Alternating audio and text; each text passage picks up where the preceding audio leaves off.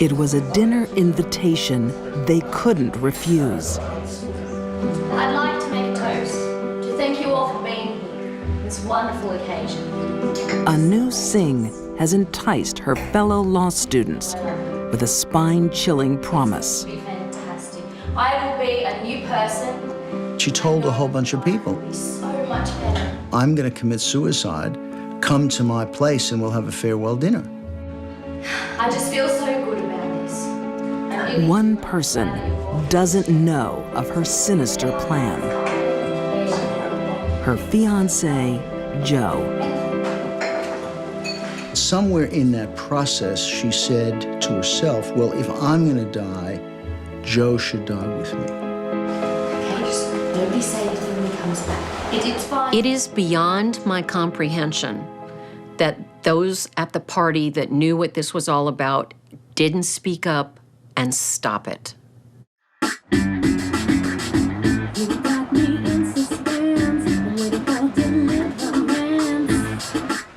In Canberra, Australia, 2 university students prepare for a night out. Great. Hey, you see my wife?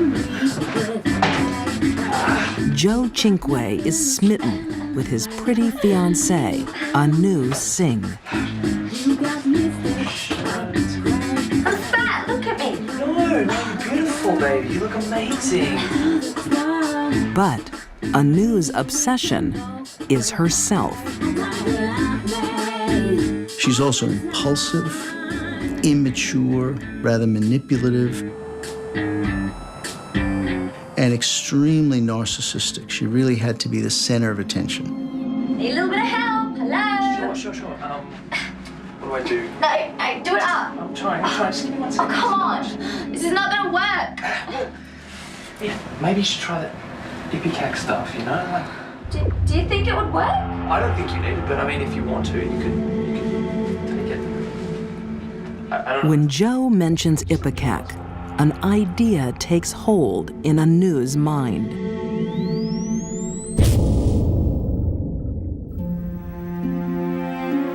Syrup of Ipecac is a medicine that induces vomiting.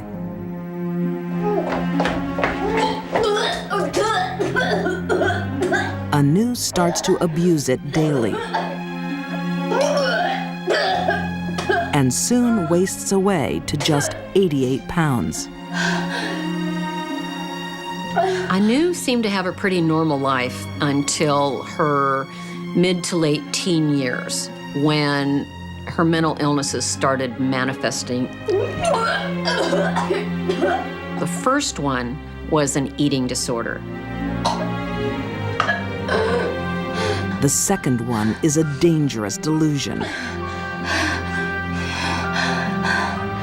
Once she started taking the Ipecac, she developed this delusion that she was dying.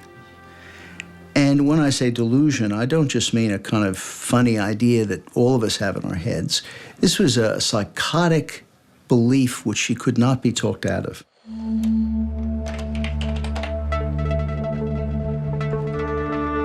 Clinical psychologist Ken Byrne says Anu sought help, but refuses to believe her doctors. She was convinced that there was nothing that could be done to help her, that she was going to slowly, gradually waste away. She then became more and more suicidal and made plans to commit suicide. She took a series of carefully thought out steps. She researched suicide at the library. She tried to obtain a handgun. That looks good. Then she settles on heroin. Do you still know that guy that goes to uni? Yeah. Incredibly, no one questions her disturbing plan. One of the astonishing things about this case is that a whole series of students at the law school had heard her talk about actively planning suicide. And to my knowledge, none of them put their hand up to someone and said, you better go talk to this girl. She'd be what people would call the drama queen. Things needed to centre on Anu. Anu's defense lawyer, Jack Pappas, found her to be extremely self-absorbed. Her acting out and her scheming was never about death. It was about the whole drama of her being at the centre of attention. My best friend and over there, we're having a dinner party tonight. You guys are invited. Anu decides to host a dinner party with her own death as the main attraction. I'd like to make a toast to thank you all for being here on this wonderful occasion to celebrate us. As bizarre as it seems that most people at the party knew that it was meant to be a send-off party for Anu Singh. I know you all know that I have been sick for quite some time, but I know... And they seemed to take the view that, well, if someone wants to commit suicide, that's their business, not ours. We all know that I met Joe through a wonderful friend. But Anu won't die alone. And I just love him to pieces. She wants to take Joe with her, whether he likes it or not. Alright, man, look what you do. This is the heroin. This is what you're gonna put inside you, alright? Yep. Anu Singh is a law student Light it up, And how much goes in the spoon? as much as you want. taking lessons in death. She has decided to kill herself. She tracks down a chap at the law school. He supplies her with heroin. And put this around your hand, alright? Sure. Put this up here, yeah? Put that in your mouth and pull it real tight.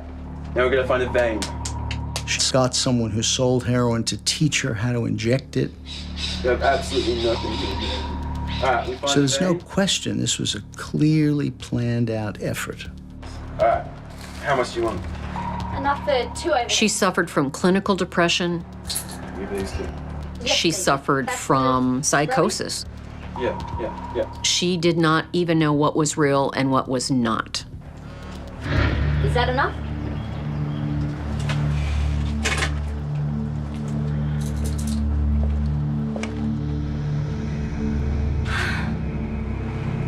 Anu has a strong delusion. She thinks she's dying from using syrup of ipecac. It's a medicine her boyfriend suggested might help her lose weight. An important part of Miss Singh's character is that she's very childlike and narcissistic. And so that in her view of the world, when something goes wrong, it must be someone's fault, and that it was his fault. Now she blames Joe for her imagined illness. She wants to kill herself and take him with her. The idea was that she would have a dinner party effectively as her send-off because she was going to commit suicide. It was like a Last Supper.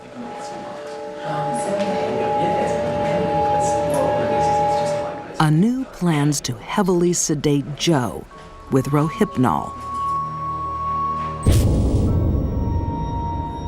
Rohypnol is a date rape drug. It causes very rapid loss of consciousness and causes somebody to fall asleep. It also tends to decrease a person's memory of any of the events that occurs to them.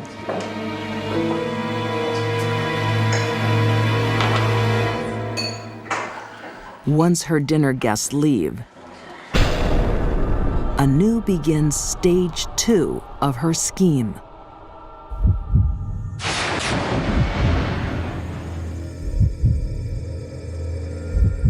Joe Chinque is now at the mercy of the woman he loves.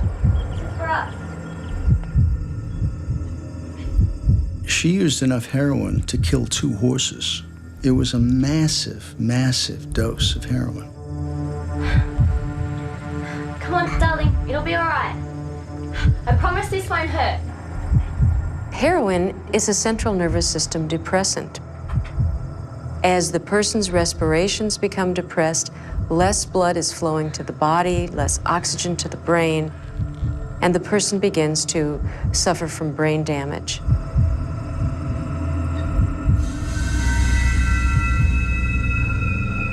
It won't be the peaceful departure Anu hopes for.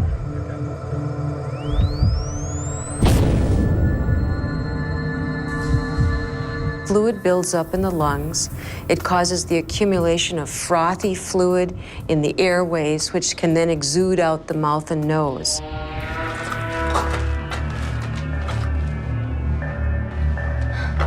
The nature of the murder might have started out as some kind of a romantic fantasy of leaving the world together and being forever together. But that fantasy was long since gone. Joe! Oh, wake up, Joe!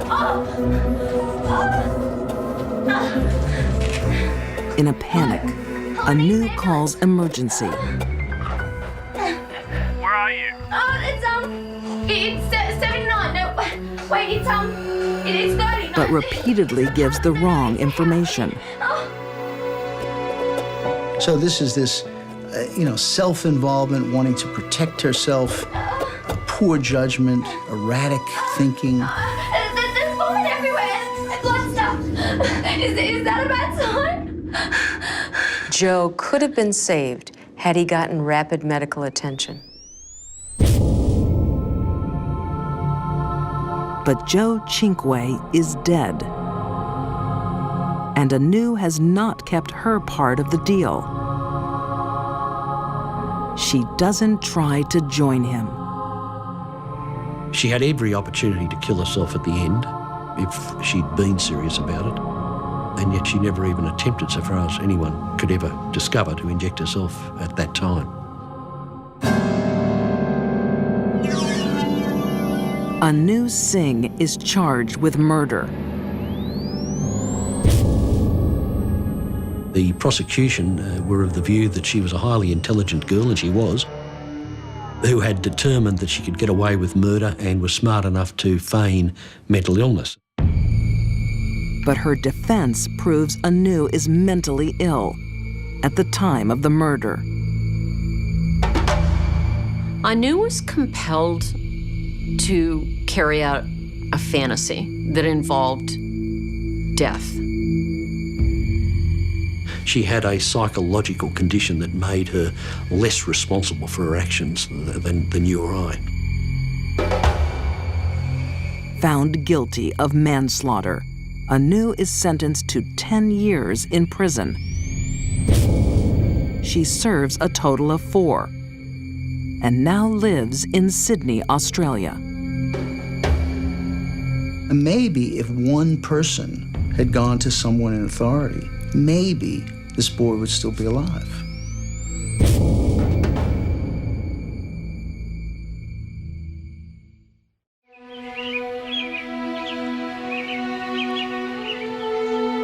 It's early morning in Selmer, Tennessee. Pastor's wife, Mary Winkler, is taking her daughters on a road trip. She was taking them to the beach. She had always wanted to take them to the beach. The father, Matthew, had always promised to take them to the beach.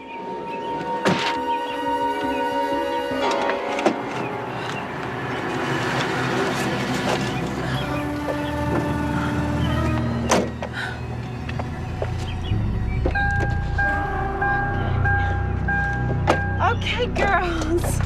Who wants to go to the beach, huh? Me! Okay, who wants burgers? She wanted to take her girls to the beach to enjoy one last day before their lives as they knew them ended.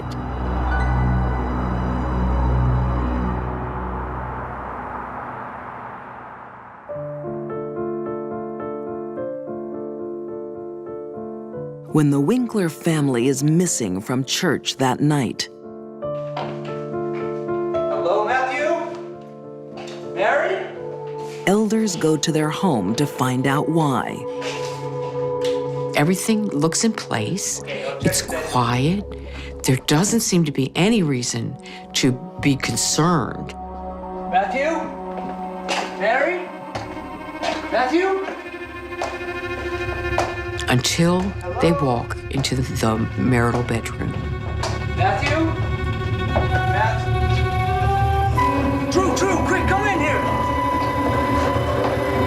And there they find the body of their preacher laying dead and cold on the floor.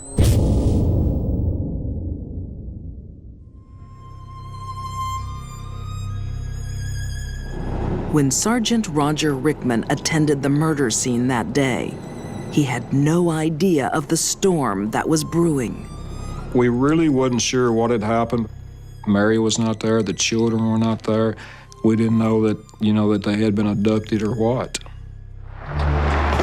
Selmer is about to become the center of a case that will divide the country and shake a devoted congregation to its core. Oh Lord, you have enticed me, and I was enticed. For whenever I speak, I must cry out. For 2 years, Matthew Winkler has been pulpit minister at the 4th Street Church of Christ. Matthew came from a line of preachers, his father and grandfather. That's what he did in life. That was his vocation. Matthew's career means he is always in the spotlight, and so is his wife, Mary. If you're a preacher or a preacher's wife or a preacher's child in a small town, you're constantly under a microscope. But away from the eyes of the congregation, Mary is under even more intense scrutiny. Dad, look, we got French fries. They're really yummy. Now that's a healthy meal, isn't it? He expected more of Mary than anyone should expect of a human being. Yeah, sure you can. This was a marriage where the husband was in charge and made all the decisions. Okay. He would lose his temper. He would belittle her. How many times do I have to tell you not to buy junk food for the kids? A little treat every now and then, Matthew. It won't hurt them. But I don't want them to get fat like you. He was, I believe, very emotionally abusive. Criminal profiler Candice DeLong believes years of subservience took their toll on Mary's self-esteem. We know the effects of ongoing verbal abuse from a husband to a wife has a long-term deleterious effect. It beats the spirit down. Throw that in the bin. They begin to believe what the offender is telling them, which is that they're worthless. Don't talk back to me. That's your ugly coming out in you.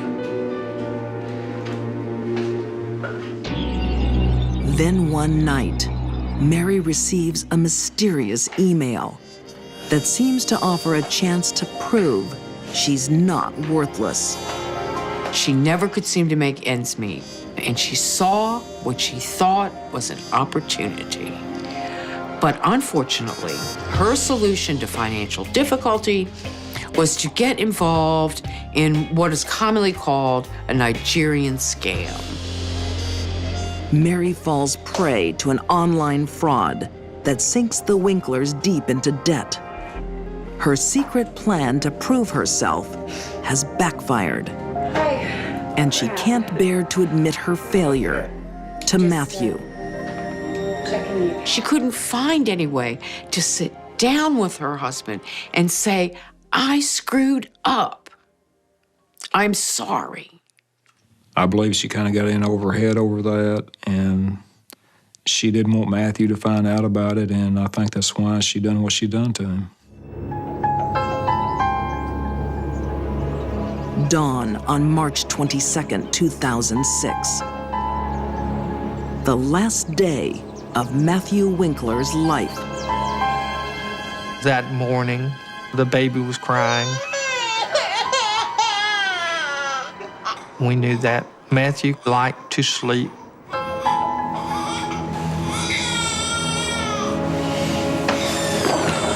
He kicks her out of the bed, go make the baby shut up.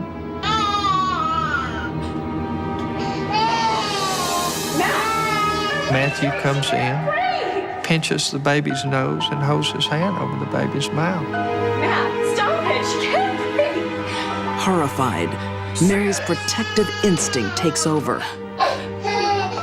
Mary said that he suffocated the baby. That was Mary's choice of words.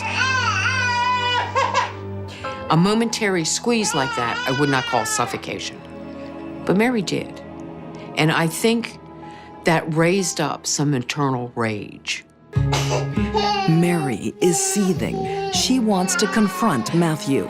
I think she was at her wit's end, and now she wasn't the one being punished. Her children were being punished. But Mary knows her husband won't listen to her.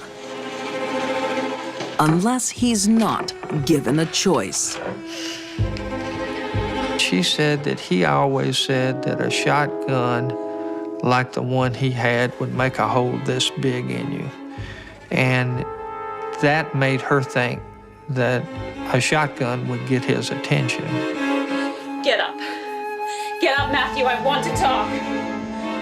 I want to talk.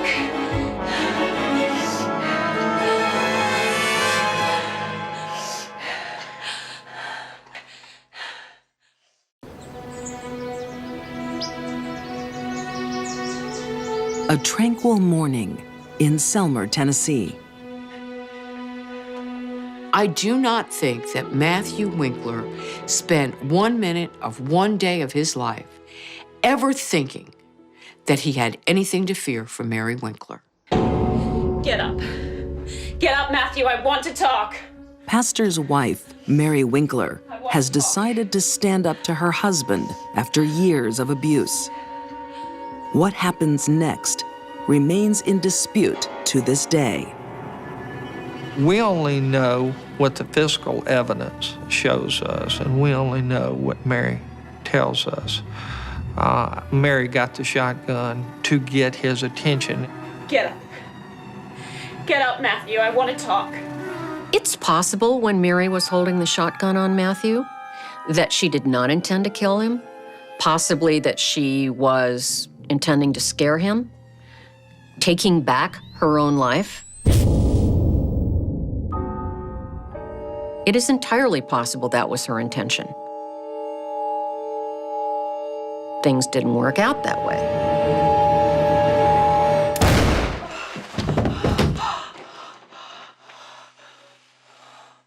She shot Matthew in cold blood while he was sound asleep.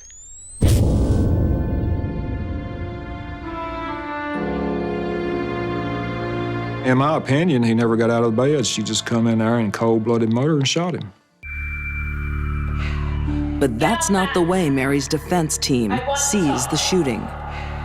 There were some pillows on the floor where he had kicked her out of the bed earlier that morning. And I believe that she lost her footing. Get up, Matthew. I want to talk. Finger was on the trigger and it went off unintentionally. Did she intentionally shoot him? I don't know. I can't say. I don't believe she did. I believe that our theory was that she either lost her balance standing on some pillows that he had kicked off the floor, or she went into some type of catatonic state and shot him and doesn't remember shooting him. Investigators later find the telephone disconnected. The telephone had been unplugged from the wall, in my opinion, to keep him from calling 911. Taking the shotgun, Mary leaves her husband to die. Then she took her 3 little girls, packed them into their car, and hit the road. For 2 days, America holds its breath, fearing the worst for Mary and her kids. The search for them ends in Orange Beach, Alabama. There was no one holding Mary. There was no one threatening her girls. It was just Mary and her 3 little girls at the beach. It was time for Mary to answer for what she'd done. Just place your left hand on the Bible and raise your right hand. Put on trial for her husband's murder. It is Mary who will emerge as the victim.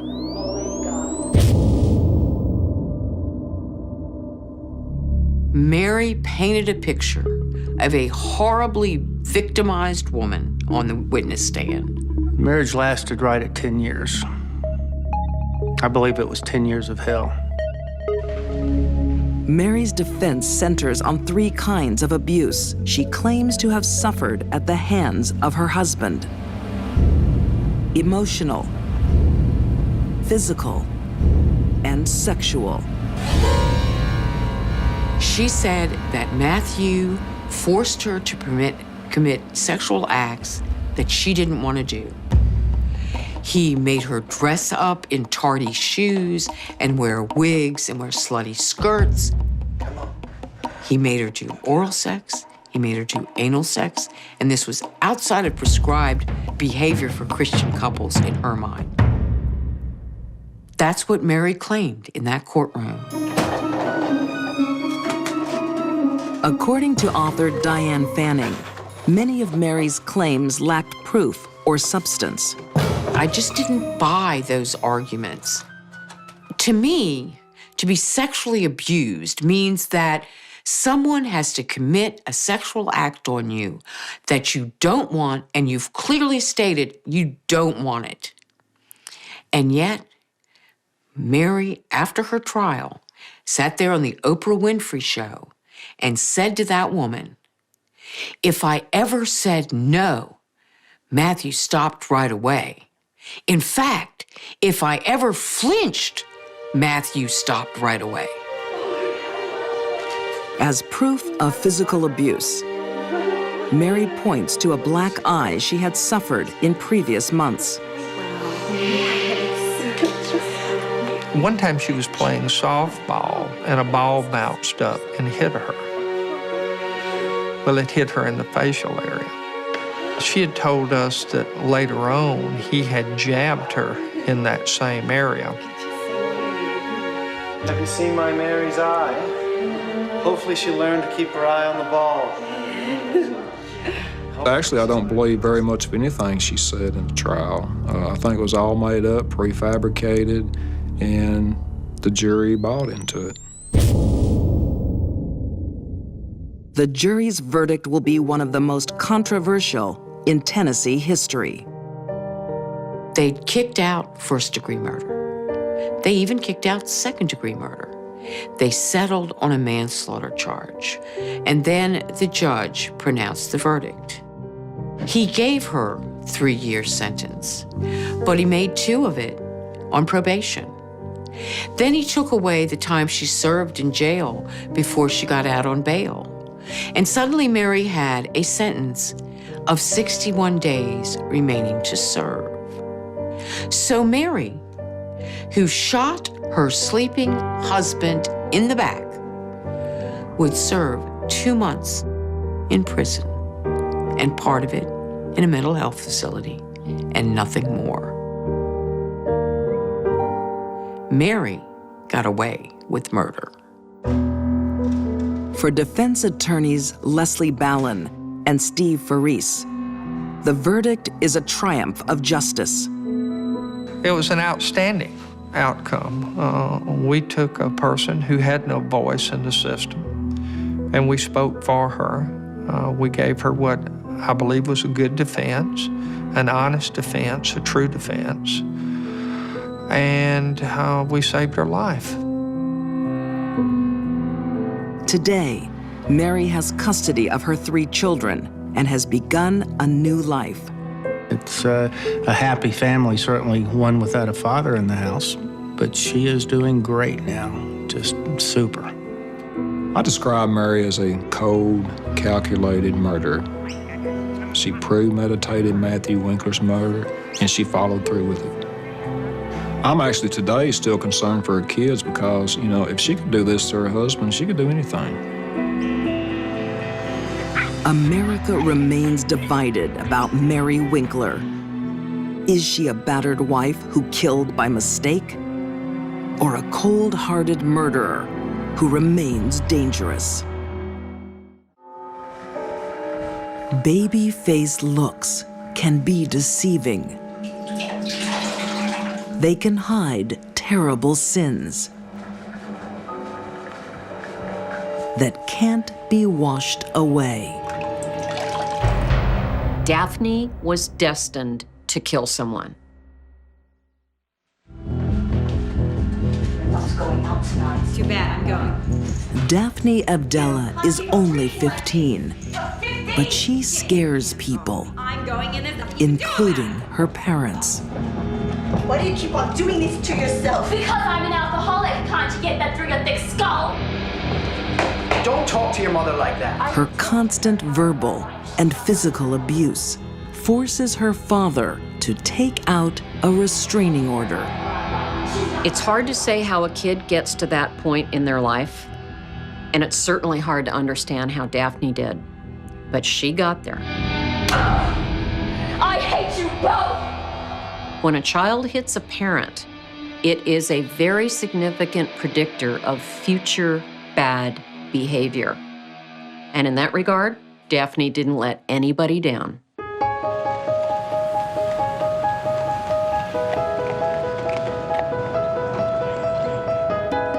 New York's Central Park is Daphne's favorite hangout, and where she befriends another misfit, Christopher Vasquez.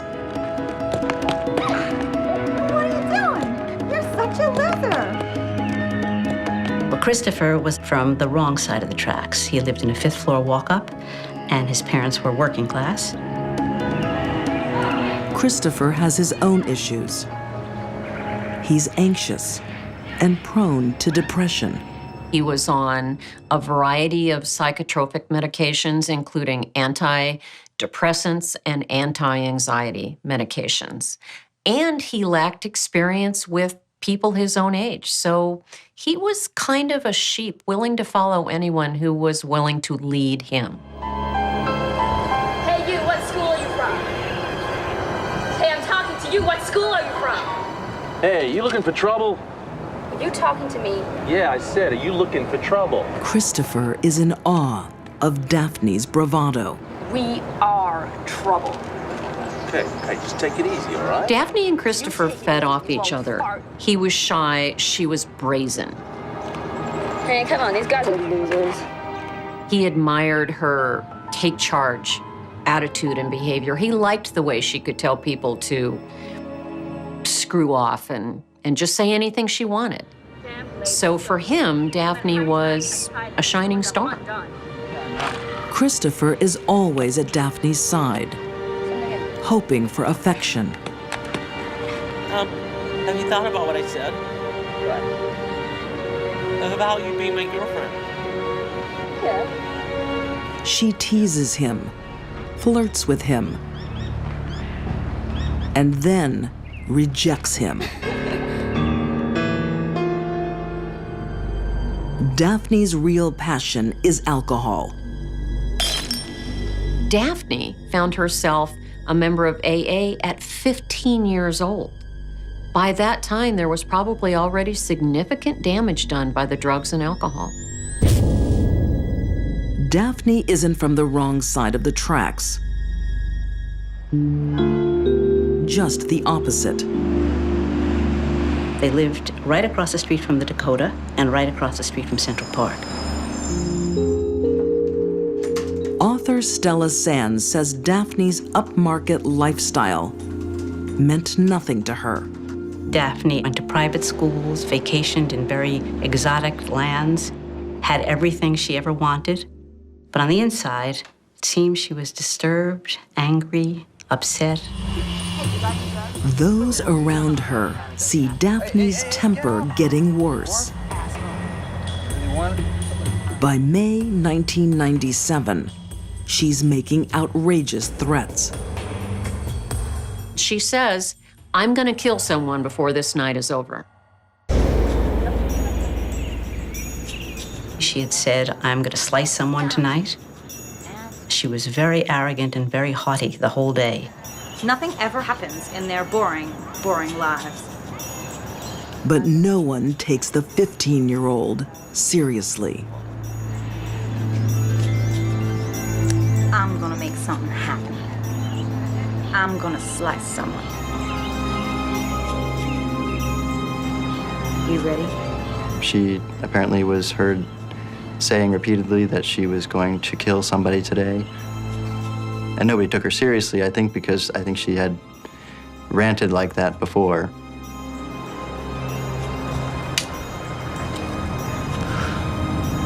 I'm in.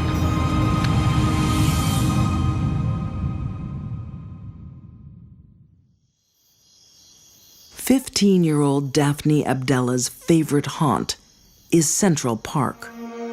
So what you guys got to remember, this was the 60s. It wasn't like today. So this She was a likes pretty to hang out there with a group of older, regular drinkers. On May 22nd, 1997, she and Christopher Vasquez have been drinking all day and well into the night. Jim looks at him. Says, well, you know. They cross paths with a park regular, Michael McMorrow, close to Strawberry Fields. Here's the Jim. Hey, who wants a beer? Hey, you want a beer? Hey, I know you. You're Irish. Yeah, we talked about the AA meetings before. Daphne and Christopher convince Michael to go down to the lake. You want a beer? Never say no. They said, night is still young. Let's go and have some fun. But it's a trap.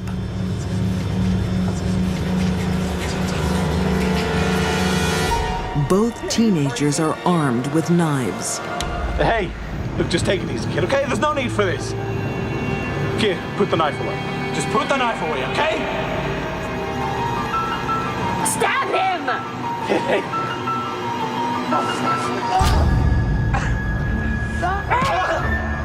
Daphne kicked Michael's legs out from underneath him, and that gave Christopher the opportunity to really jump on Michael and start stabbing him in very vulnerable spots.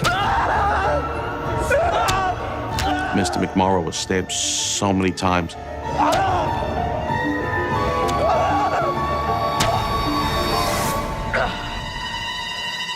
Slicing from ear to ear. I mean, it was a really brutal, brutal crime. His nose was almost severed. His wrist was almost severed. He had slices across his face, and he had at least 6 stab wounds to his chest and heart area. His lungs collapsed. I don't think there was a part of his body that wasn't touched. And it's very difficult to tell if these wounds happened before death or after death. They felt nothing for him. He was a way for Daphne to vent her rage against the world. And it was done. Time to go home.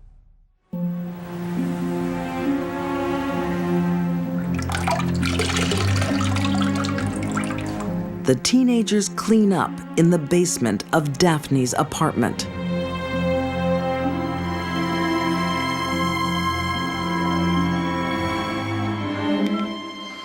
What is your emergency? My daughter hasn't come home. She should have been home hours ago. Upstairs, Daphne's worried father has called police. It's way past Daphne's curfew. Daphne? Daphne, are you in here? Get out! The officers are tipped off that Daphne and Christopher are hiding in the apartment's utility room. Hurry up. Is that blood? When the police officer walked closer, he saw that there was blood in the sink.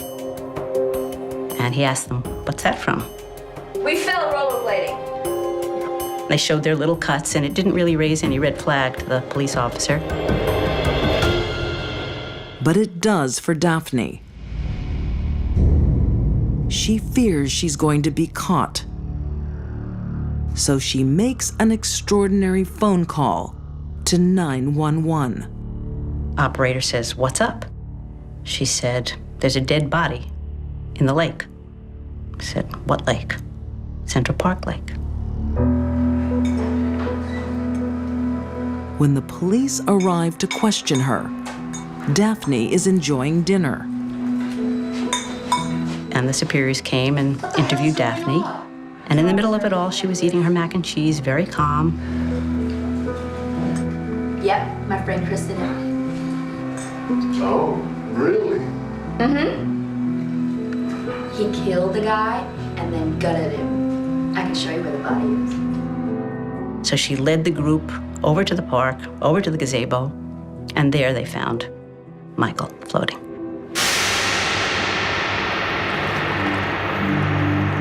I told you, there he is. I tried to help you. I tried to give you CPR. She starts screaming nonsense about how she had tried to save Michael. For Detective Hal Sherman, it is a case he will never forget. I responded to about 2,300 crime scenes, and this would have to be one of the top 10 as far as gruesome is concerned. They found 40 inches of intestines floating nearby. They found blood surrounding him. His internal organs had been removed, and his body was stuffed with stones and garbage and just left there to float in the lake.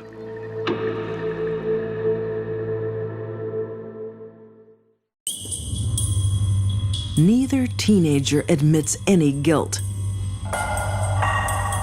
They blame each other. Because of the conflicting and confusing testimonies, the only charge that will stick is manslaughter. Both Daphne Abdallah and Christopher Vasquez are sentenced to 10 years, but only spend 6 years behind bars. She didn't seem remorseful about what she had done, and I think that, to me, was the biggest slap in the face. For Michael McMorrow's family, Strawberry Fields is a place of sorrow and loss. She has a whole life ahead of her now. My uncle does not. It's something we have to live with, and then she continues on in her life, having not really apologized, having not really served an adequate prison sentence, in my opinion, and Michael's gone. We don't have Michael. Michael doesn't have his life to live.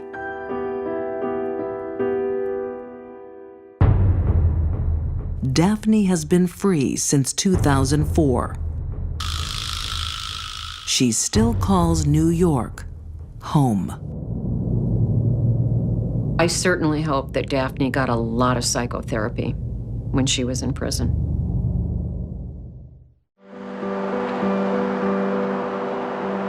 For the well-heeled of Macon, Georgia, there is only one place to lunch in 1947. It was a real good restaurant. The judges ate there, the doctors, lawyers, people that lived and worked downtown would all go in there for lunch and for coffee during the day. Something brings customers back. That something is 25-year-old Anjet Lyles. Anjet was very good at dealing with people that came into the restaurant, and she shined. That was her world. Anjet was a very beautiful woman. She had a gorgeous face and very good complexion. I get you a straw too, I don't know. Everybody loved Anjet. Judge J. Taylor Phillips remembers the service at Lyle's restaurant as a young lawyer. She would come and sit with you sometimes and talk with you. And she was just a nice person. But Ann Jett's thrilling career is about to be ripped from under her. Her husband, owner Ben, has had enough. What are you doing outside? How's Kim? What's going on? I sold it. You sold it? You sold the restaurant? Ben sells the family restaurant, along with his wife's dreams. Baby, it's worth twice that. I'm sick of running this place. Oh, you're sick of running this place. Well, that's just fantastic, okay? But he will regret it. She tried to cast all kinds of spells. She had all these candles that she burned. Green was for money, and red was for love. Of course, the black candle was for death. Ann Jett believes in black magic. But when she really wants something, she also turns to more practical agents. She used an ant poison. It was called taro ant poisoning, and it was supposedly very sweet to attract ants.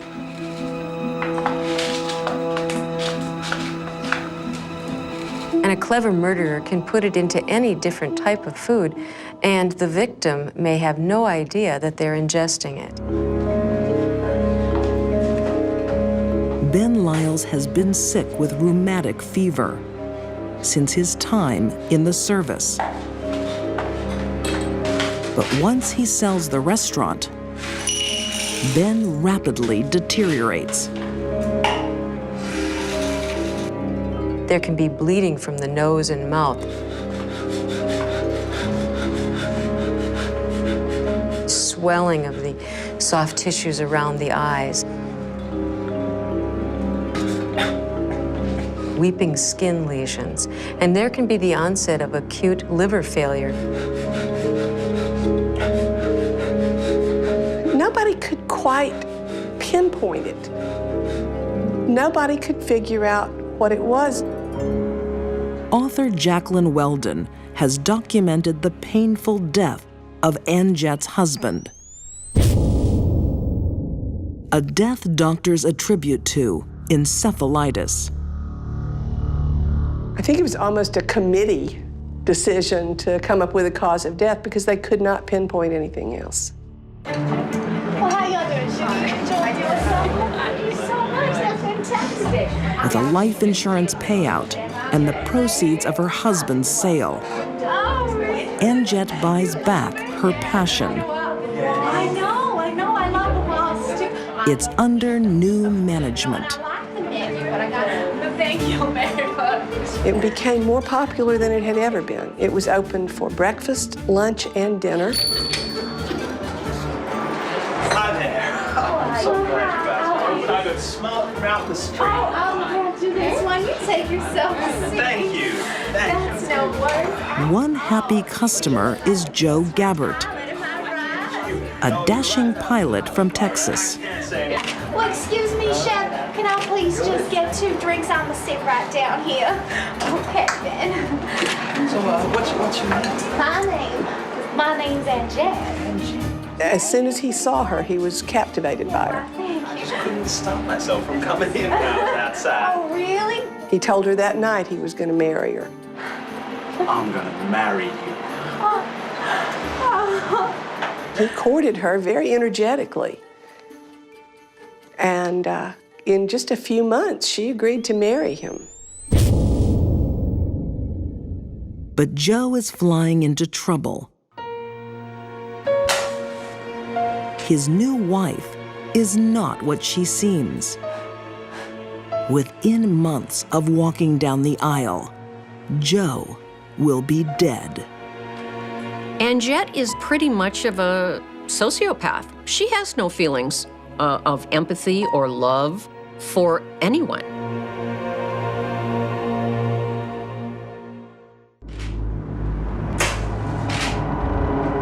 Before she's 30, Ann Jett Lyles has been widowed twice.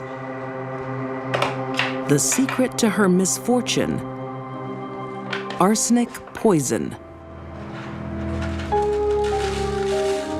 First husband Ben dies shortly after selling the family restaurant.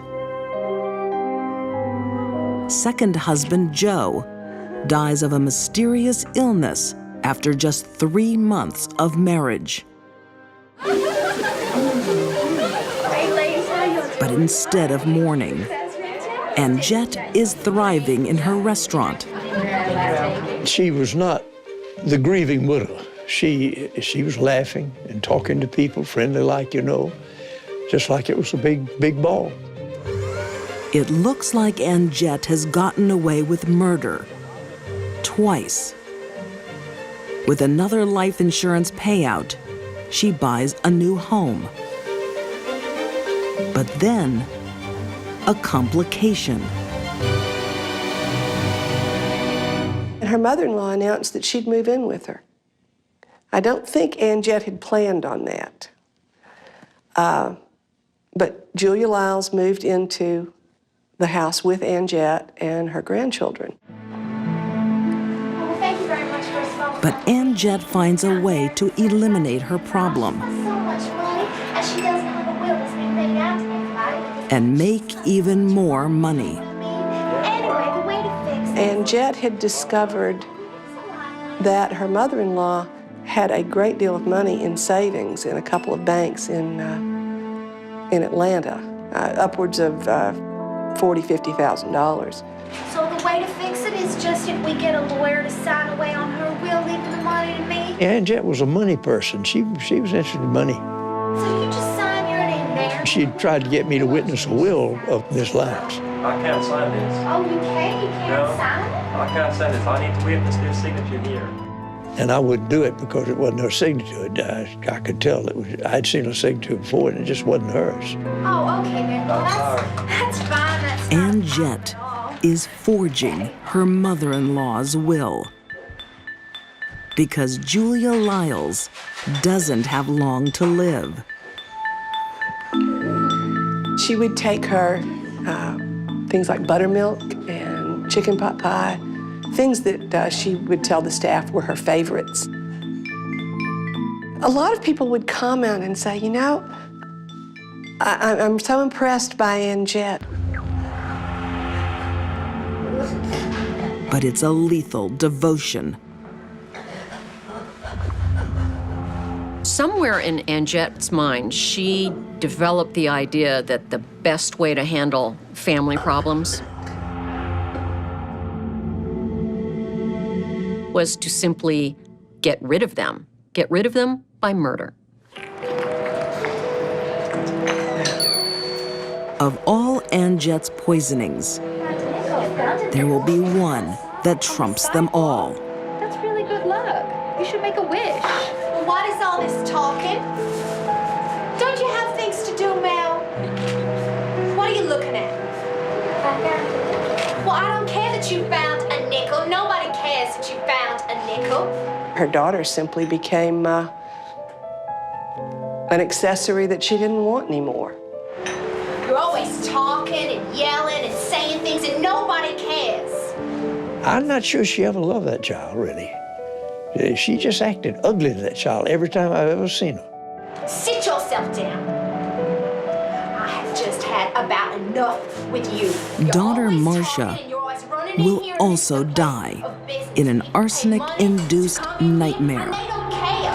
The child was having hallucinations. She saw bugs crawling on her. Angette was standing in a corner laughing, as though she found it very amusing. But this murder changes everything.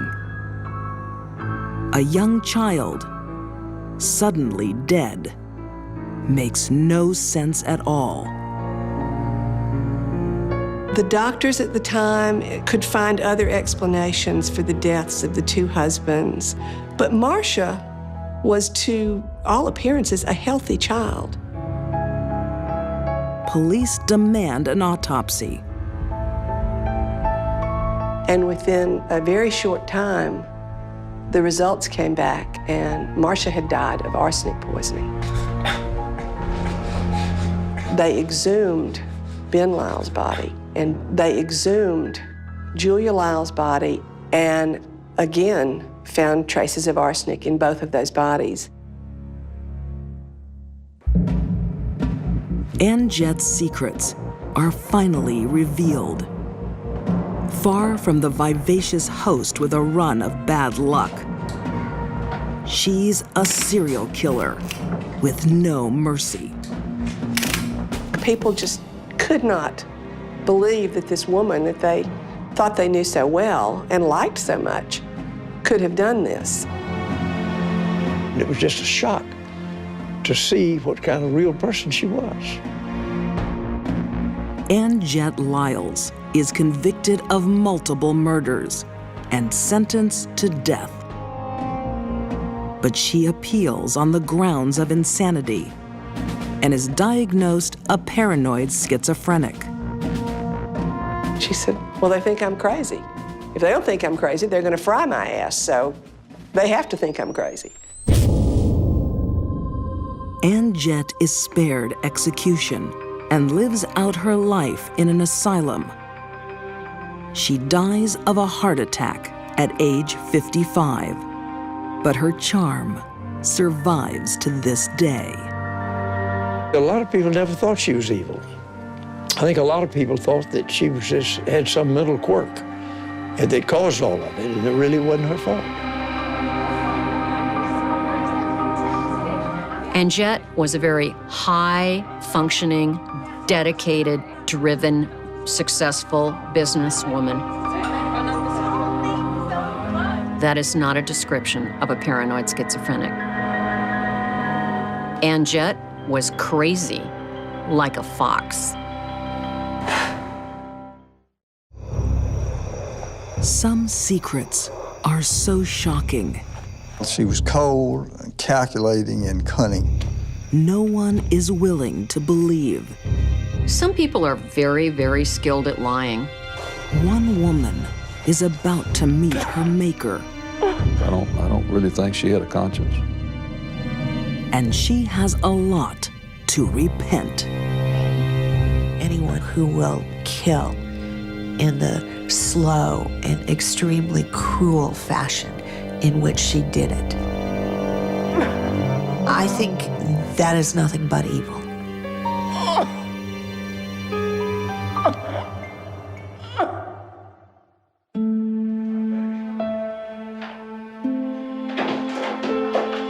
Frank Hilly arrives home from work early, one afternoon in Anniston, Alabama. Oh, yes. Oh, Lord, yes. He's expecting to find his wife in the kitchen. But she's in the bedroom. Frank! Walter. Marie Hilly is sleeping with her boss. Get dressed. Get out. And this isn't her first infidelity.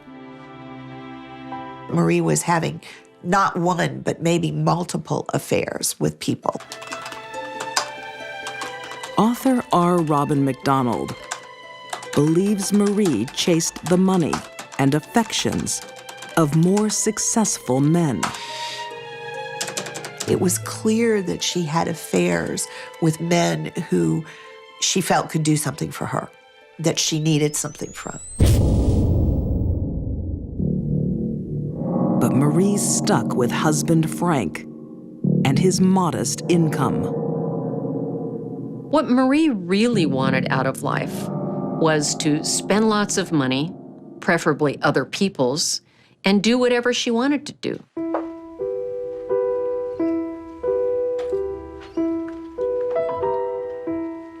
Marie decides on a new strategy: life insurance on her husband. In 1975, he's struck by a mystery illness You sure about this stuff? He couldn't keep food down. Absolutely. He could not keep anything on his stomach. Violent illness. Marie tells her husband she has an antidote, Doris swears by it. apparently supplied by her doctor. Frank had said to his sisters, Marie is going to have to learn how to give me shots. She says the doctor has told her she needs to give me shots. But far from helping, Marie's injections are secretly killing her husband with arsenic from rat poison. By injecting arsenic in a very high concentration and injecting it directly into the body, there was absolutely no doubt that the full dose was delivered. This was a death sentence for Frank.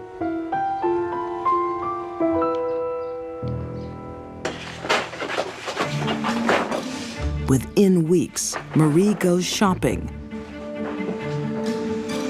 with a $31,000 insurance payout. You have to put that in perspective of the time and place. This was 1975. It was a small town in Alabama. $31,000 sounded like a lot of money then. Marie poisoned her husband solely to get the insurance money and to be rid of him. But Marie's newfound wealth doesn't last. Her constant spending drains her account, and she needs another source of income.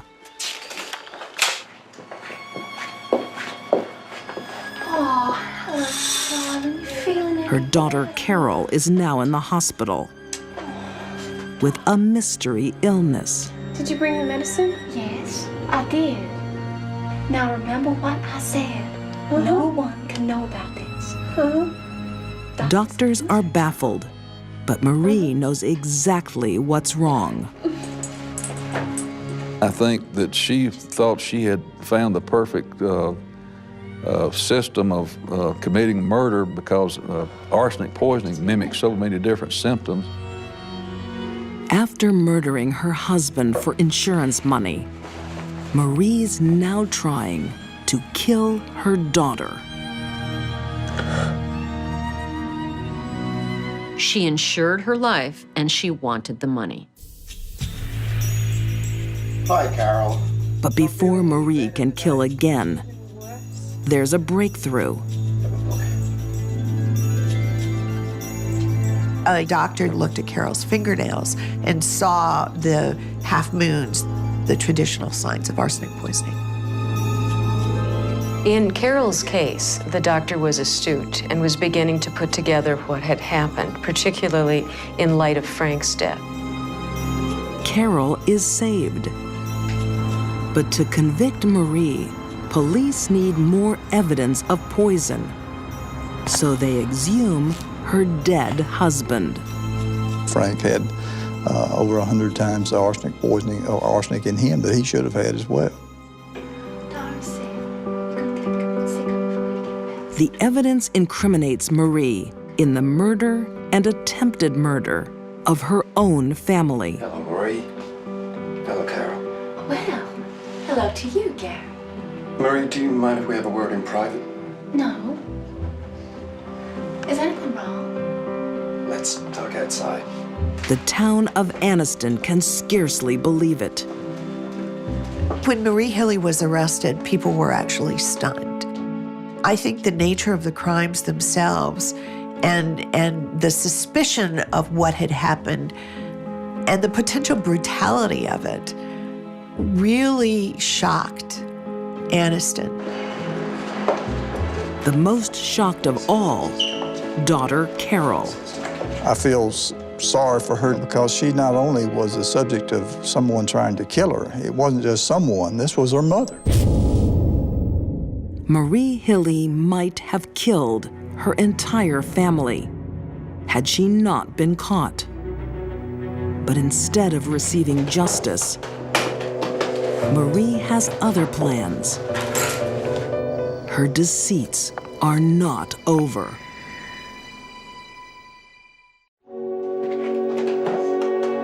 Marie Hilly is leaving town before anyone catches her. She's skipping bail after being charged with her husband's murder and the attempted murder of her daughter. After Marie left Anniston, she went to Florida, where she assumed an alias. It's Robbie Hannon. She met a man and subsequently married him, became Robbie Homan. Blissfully ignorant of her deadly history, John Homan is head over heels. Chicken was delicious. Oh, thank you. I'm so pleased you enjoyed it.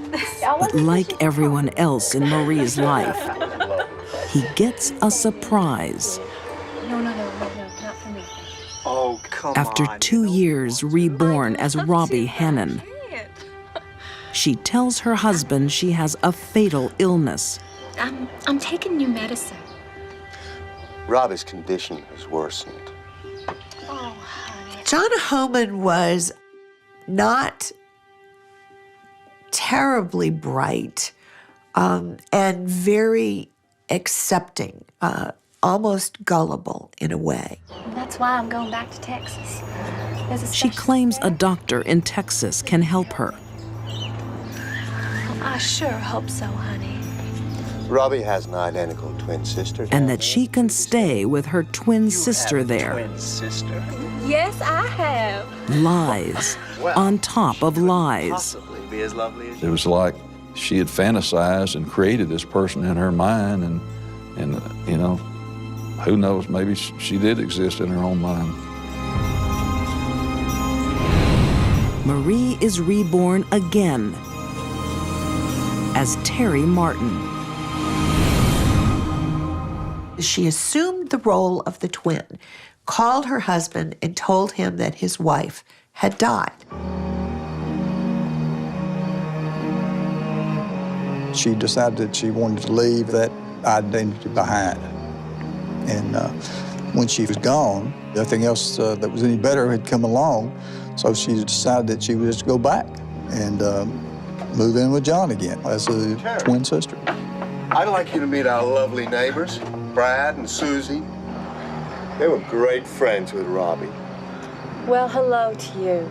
I've heard a lot about you two. She had lost a good bit of weight, 50 pounds. She had bleached her dark hair blonde. Uncanny, isn't it? That's amazing. unbelievable. John was fairly convinced that that was not his wife, that was his wife's sister that had come back. Well, I just want to say from both of us that we are so sorry to hear about your loss. John and Terry pick up where John and Robbie left off. Can I offer you some wine? Sure. That'd be lovely, thanks. Marie liked to play games with people. She thought she was smarter than everyone else. She actually thought she could come back as the twin sister of a man she was married to. She may have fooled him, but she didn't fool anyone else. Friends don't believe Terry's story and call the police. They ask her, "We have reason to believe you are not Terry Martin. Who are you?" Backed into a corner, about to be exposed, Marie tells the truth for once in her life. She told them, "My name is Audrey Marie Hilly." Marie is arrested again, destined for her original murder trial. But there will be one more twist. Yeah, I remember it well. I was in the office, and in fact, I was quite upset about it because nobody was notified locally that Marie had even been given a furlough. Incredibly, Marie is given another chance at bail. And once again, she makes a run for it. I just totally couldn't believe it. It was beyond belief, and I just, in my mind, I thought, well, if she gets out of town, you know, she's going to be gone and she'll melt right in again, and she's good at doing that. But this time, the master deceiver will not succeed. During her last days on the lam, in dreadful weather, Marie faces justice she's eluded for 3 years. There's a report came on the radio that there was a white female on the outskirts of Anniston, and she was wandering around, and it appeared that she was soaking wet, and she was disoriented, and in fact, I think they said she was even crawling around on the grass.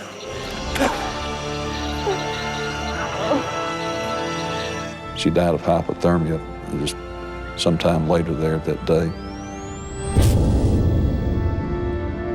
Marie Hilly can no longer fool those who loved her. I think it's easier for a woman to hide a dark secret because people simply don't suspect women of being evil.